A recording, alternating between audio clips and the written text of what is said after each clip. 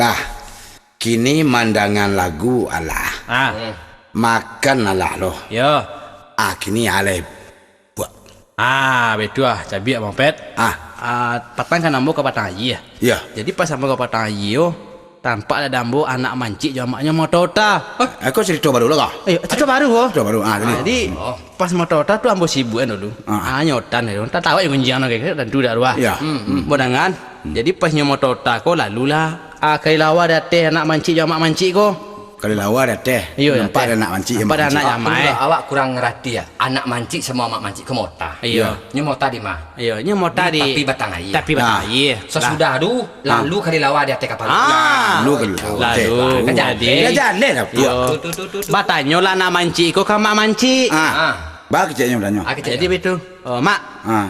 Tu apa nanda bang datang aku dulu mak. Tu. Dijawab dah mak mancik ko. Ya. Itu namanya kelawan. Kelawa. Tapi ba kok sama mengku Jawa mak? Oh iya. Sama mengku kan? Dia masih sebangsa Jawa mah. Anakku kayak gini ya. Iya. Batanyo aja lah. Tapi kok bisa terabang mak?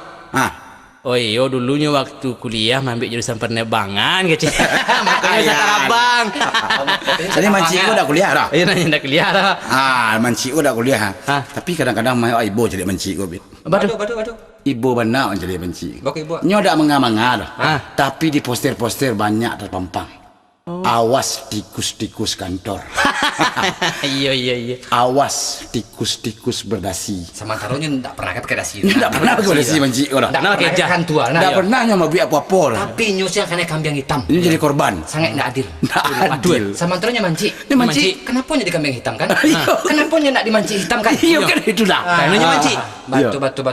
Batu. Jadi kadang-kadang pulangnya babue. Alah mancik saya dapat nama. Mancik saya dapat bala.